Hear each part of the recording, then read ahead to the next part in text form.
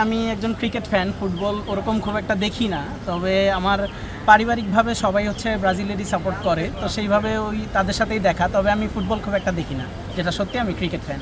Match আছে তো সব মিলিয়ে একটু কঠিন হবে, কিন্তু তারপরে আমার মনে হচ্ছে যে বাংলাদেশ ভালো করবে, যেহেতু হোম কন্ডিশন, সেই বিশ্বাসটা আছে। ব্যাটারদের কথা যদি শুরুতে বলি তাহলে হচ্ছে নাজমুল হোসেন শান্তর প্রতি বিশ্বাসটা আছে, আর সেই সাথে তানজিদ হাসান তামিমও ভালো করবে আশা করি।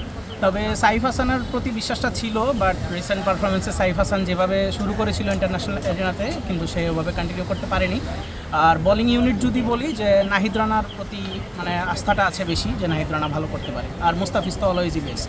আমি একজন ক্রিকেট ফ্যান। ফুটবল ওরকম খুব একটা দেখি না, তবে আমার পারিবারিকভাবে সবাই হচ্ছে ব্রাজিলেরই সাপোর্ট করে, তো সেইভাবে ওই তাদের সাথেই দেখা। তবে আমি ফুটবল খুব একটা দেখি না, যেটা সত্যি আমি ক্রিকেট ফ্যান। তারা খেলা দেখে, তো সেই সাথে বসে আমারও খেলা দেখা হয়। চাপ ওরকম কিছুই না।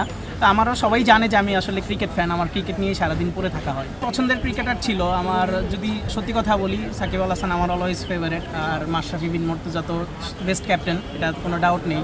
মুশফিকুর রহিম মাহমুদুল্লাহ সবাই আমার ফেভারিট। আমরা অবশ্যই চাইবো যে ক্রিকেটাররা ফিরুক, ক্রিকেট মাঠে বাংলাদেশের জার্সিতে ফিরুক। তবে আশা সবসময় থাকবে, তো hope for the best. Tamim ইকবালের প্রতি আশা থাকবে যে তিনি ক্রিকেটীয় পয়েন্ট অফ ভিউ থেকে তিনি কিছু একটা করবেন, সেই আশা নিয়ে আছি, এখনও থাকবো ইনশাআল্লাহ।